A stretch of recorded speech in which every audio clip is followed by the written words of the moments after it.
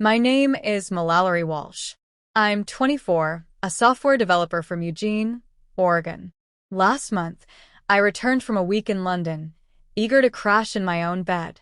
But the moment I walked into my house, my heart stopped. My bedroom door was locked. I jiggled the handle, thinking it was a mistake. Then I saw it, a neon sign glowing through the crack. Live now. My parents had turned my room into my sister's Livestream studio. My clothes, my books, everything I owned, shoved into a dusty shed-out back. I stormed into the kitchen, where Mom was calmly sipping coffee. "What's going on?"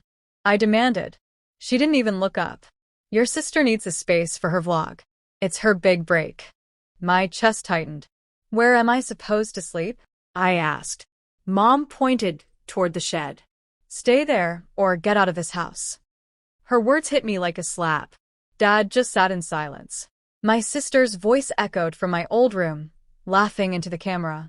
I grabbed my suitcase, walked out, and didn't look back. 6 months later, my phone lit up. 39 missed calls from my sister and a text from Mom. "Where are you?" What happened next changed everything. Stick around to hear how I turned their betrayal into my freedom. What would you do if your parents gave your room to a sibling and kicked you out? Comment below.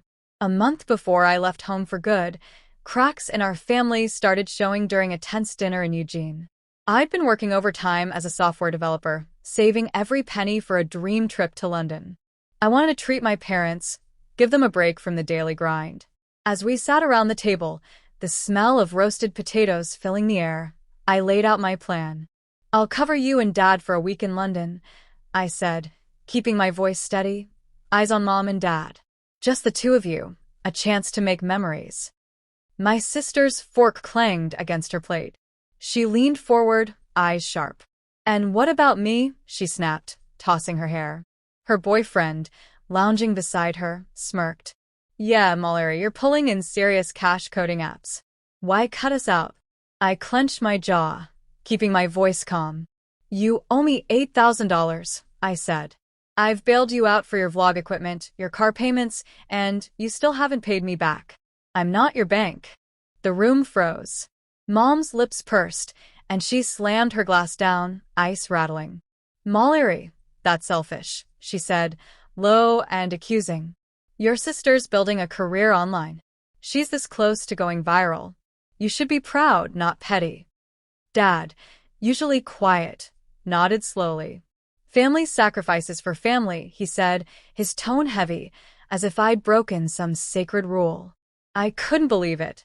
For years, I'd been the one covering bills, groceries when Dad's hours got cut, Mom's phone plan, even the internet, so my sister could upload her lifestyle vlogs. And now I was the villain. My sister crossed her arms, a smug look on her face. "You're just mad because I'm actually doing something big," she said. "Not everyone can sit behind a computer all day." Her boyfriend laughed. "Come on, Mal, don't be a buzzkill. Pitch in." My blood boiled. I gripped the edge of the table, nails digging into the wood. "I'm not mad," I shot back, voice rising. "I'm tired of being your ATM while you play influencer with my money." The argument erupted like a storm. Mom accused me of tearing the family apart. "You've always been jealous of her ambition," she said, pointing at me. Dad shook his head, muttering about how I'd changed since making it big in tech. My sister piled on, claiming her vlog was the family's future, and I was holding her back. Her boyfriend added jabs about how I'd never understand real hustle. I tried to explain how I worked nights to pay off their debts, how I put my own dreams on hold, but no one listened. Their voices overlapped, a wall of blame crashing over me. I felt like I was drowning. I stood, chair scraping the floor, cutting through the chaos. "I'm done," I said, throat tight with anger. I couldn't look at them. Mom's glare, Dad's disappointment, my sister's smirk. I walked out of the dining room, heart pounding. The next morning, I called my friends Nolan and Devin. They'd been my rock through every family fight, always ready with a couch or coffee. "I'm going to London," I told them, voice firm. "You guys in?" "Hell yeah," Nolan said. "Let's make it a trip to remember." Devin added, "Forget your family's drama." We've got you. I booked the tickets that day, fingers shaking as I clicked confirm. I wasn't just planning a vacation, I was planning my escape. I rolled my suitcase up the driveway in Eugene, fresh off a week in London with Nolan and Devon. Their jokes and late-night chats had lifted my spirits, and I hoped distance would ease the tension from that awful family dinner. All I wanted was to collapse in my bed and code in peace. But when I reached my bedroom door, a cold jolt hit me. A new lock gleamed under the hallway light. I twisted the knob. Nothing. Faint music and laughter spilled through the crack. I hammered on the door, pulse racing. "Who's in there?" I called out. The door swung open, and there stood my sister, Alexis. Phone on a tripod, lights glowing. "What are you doing in my room, Alexis?" I snapped, my voice tight. She flicked her hair, smirking. "It's my vlog studio now. Don't make a big deal." I pushed past her, breath hitching. My bed, desk, and posters were gone. In their place, cameras, tripods, and a neon Live Now sign. My space completely erased. "Where's my stuff?" I demanded. She gestured toward the backyard. "In the shed. Relax." I stormed outside. The evening chill bit my skin as I yanked the shed door open. My clothes, books, and laptop were shoved into damp boxes, dust clinging to my favorite sweater. My laptop, my coding lifeline, was exposed to the damp air. Betrayal burned sharply in my chest. I grabbed the sweater and marched back to the kitchen, where Mom was chopping carrots. "Mom, what is this?" I held up the sweater, voice trembling with fury. Dad, sitting at the table with his coffee, spoke first, calm but firm. "Your sister's channel is taking off, Mallory. She needed the room." I blinked, stunned. "So, you threw my stuff in the shed?" Her boyfriend, Tyler, stood up from the couch, pointing at me. "Don't mess with her hustle, Mal. It's just stuff." Mom stopped chopping, eyes narrowing. "Where am I supposed to sleep?" I asked, voice rising. She pointed to the shed. "Stay there or get out of this house." Her words cut deep, final, like a door slamming shut. As I stood there, my laptop chimed with an email from a coder friend, Jake. My hands shook as I opened it. "Mallory, your app source code is on a forum posted by your sister's vlog account. It's going viral." I froze. Months of work for a $50,000 contract, my side project, was now exposed for anyone to steal. Alexis had hacked my laptop while I was gone and leaked my code to sabotage me. I charged back to her studio, my old room. "Alexis, you stole my code?" I shouted, voice raw. She didn't look up, tweaking her camera. "Not my fault you left your laptop open." I spun toward Dad, eyes pleading. "You're letting her do this?" He shifted uncomfortably. "She's just trying to stand out." Mom stepped in, icy. "Mallory, you're blowing this out of proportion. She's using it for her brand." My world tilted. Alexis hadn't just taken my room. She'd tried to destroy my career.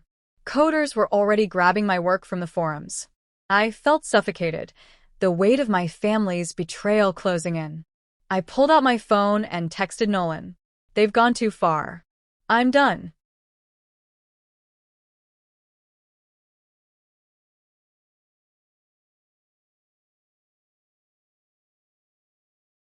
Seconds later.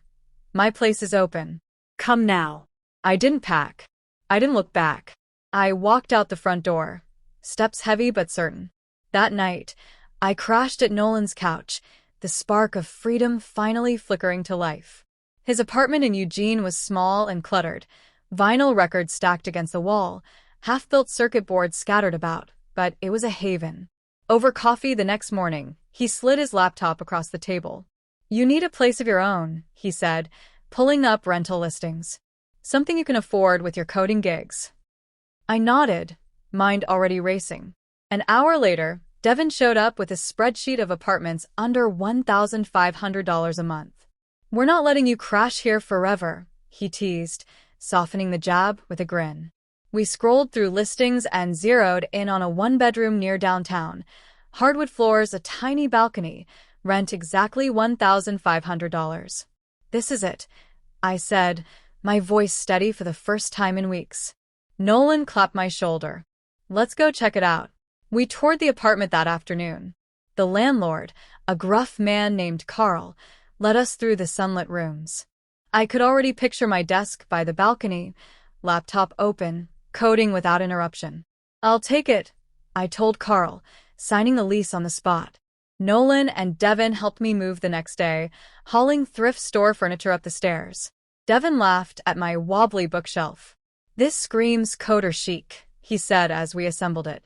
By nightfall, the apartment felt like mine. No trace of Alexis's neon signs or Mom's ultimatums. Back at Nolan's, I began salvaging my app. Alexis's leak had spread my code across forums, but I refused to give up. I rewrote chunks, tweaking algorithms to make it stronger. Late one night, an email arrived from a tech startup in Portland. They'd seen my post defending my work and wanted a demo. I poured everything into preparing, polishing the app, practicing my pitch. The meeting was a blur of nerves and adrenaline. I walked into their sleek office, laptop under my arm, and laid out my vision, an app to streamline project management for small businesses. The CEO, a sharp woman named Lena, leaned forward, eyes locked on my screen. "This is impressive," she said, scribbling notes. 2 days later, they offered me a $50,000 contract to license the app. I stared at the email, hands shaking in disbelief. "I did it," I whispered, grinning like an idiot.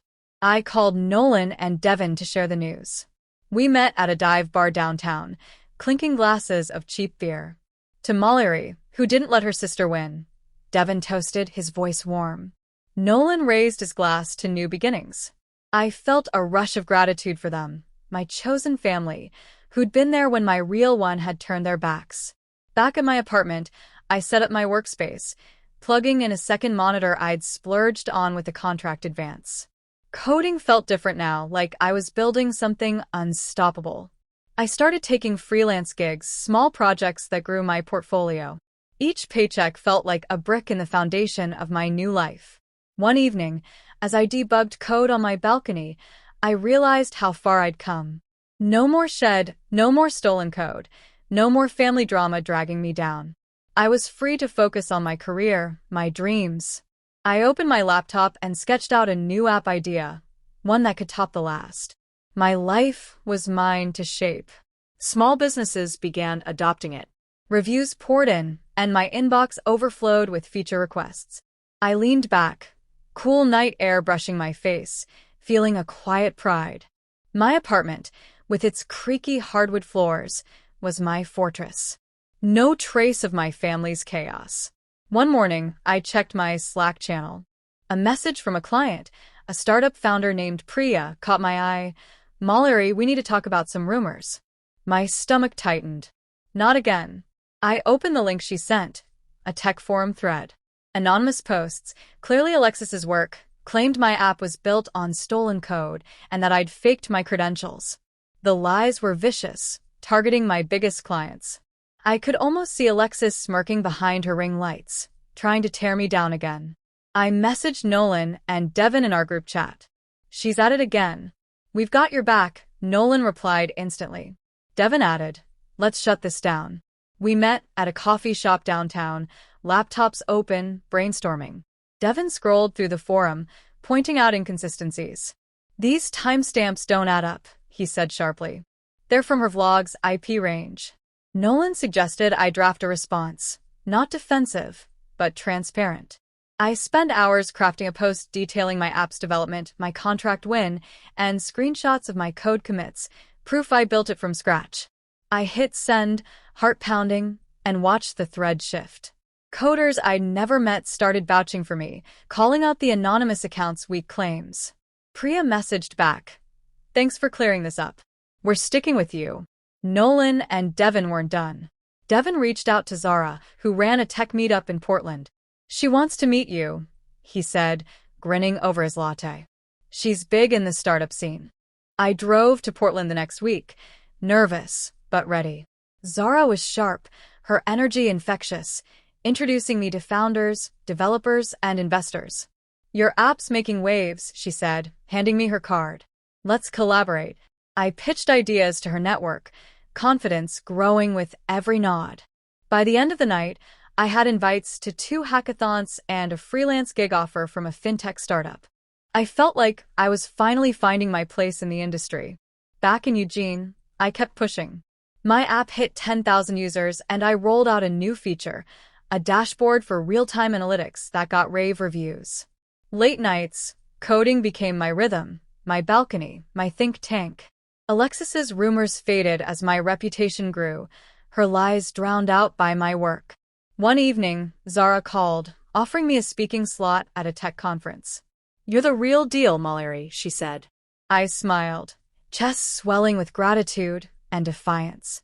I invited Nolan and Devin to celebrate at my place.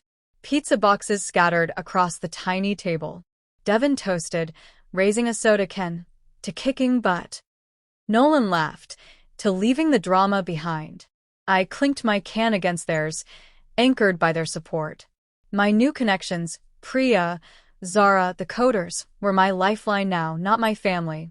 I was building something bigger than myself, and no one could take it away.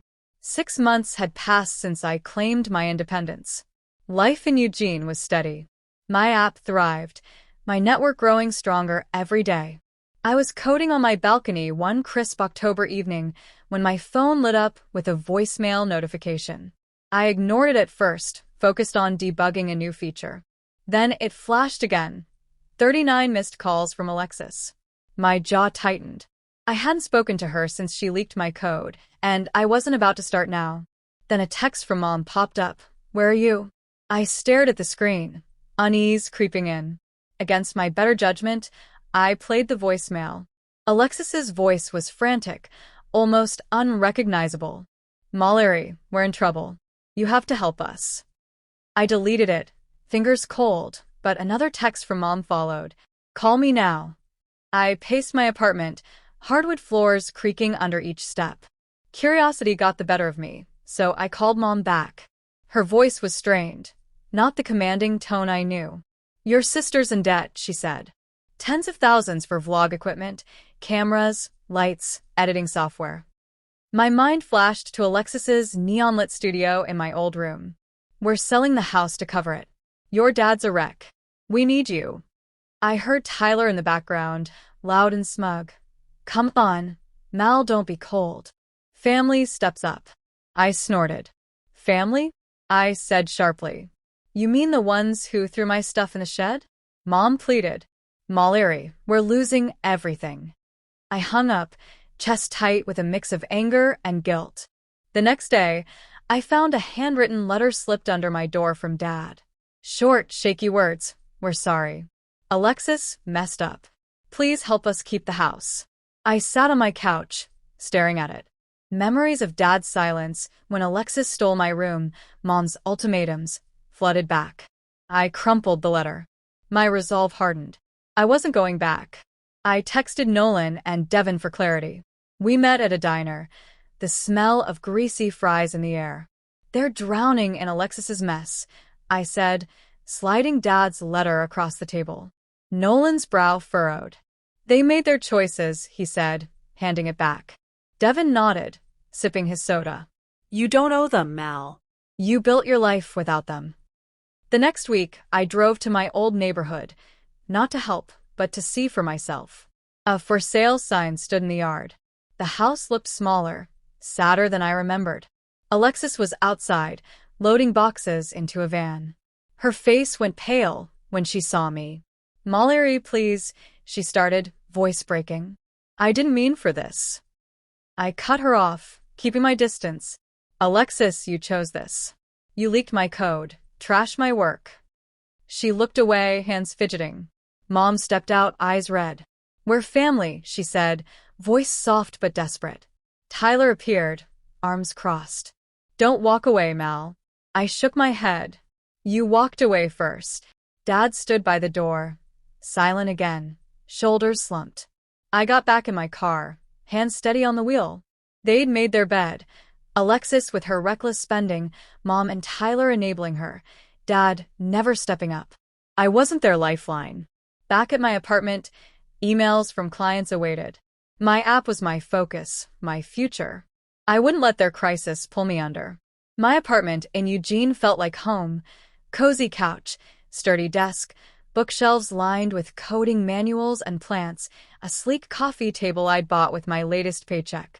My app had soared past 15,000 users. I'd landed a consulting gig with a Portland startup. Life was good, better than I'd imagined when I walked away from my family's chaos. One afternoon, scrolling local news, I saw a post about Alexis. Her vlog channel had crashed, demonetized, sponsors pulled out over reckless spending scandals. Comments were brutal. I felt a flicker of pity that faded fast. Alexis had made her choices, just as I'd made mine. I clicked away. Later, I heard Tyler had bailed, leaving mom and dad to deal with the fallout. They'd moved into a cramped rental on the edge of town. I didn't reach out. Their world was no longer mine. I threw myself into work, coding late into the night, balcony glowing with string lights. My latest project, a collaboration tool for remote teams, gained traction. At a Seattle tech conference, I met developers who invited me to join an open-source project. We swapped ideas over coffee, their energy fueling mine. I was building a name for myself, not just as a coder but as a leader and innovator. Every client email, every hackathon invite, was a step toward something bigger. One evening, on my couch with tea in hand, I reflected on the past year. I'd lost my family, but gained freedom, confidence, and a community that valued me. Lesson learned. When your family doesn't see your worth, you have to choose yourself. I thought about Alexis chasing clout at the cost of everything, mom and dad enabling her until it broke them. I'd chosen a different path, one on my own terms. I opened my laptop and began typing a script for my first YouTube video, a tell-all about my journey. Not for revenge, but to reach others stuck in toxic family dynamics. If this resonates with you, drop your story in the comments. Let's talk about choosing ourselves. The next day, I set up my camera by the balcony and hit record. The words flowed, raw, honest, real. I spoke about the shed, the betrayal, the code leak, and how I rebuilt my life. I ended with a call to action. Share your story below. Let's build a community that lifts each other up. I uploaded the video, heart pounding as the views began to climb. Comments poured in, strangers sharing their own struggles, thanking me for speaking out. I read them late into the night, feeling a sense of connection to something bigger than myself. This was my truth, my victory, and finally, my voice being heard.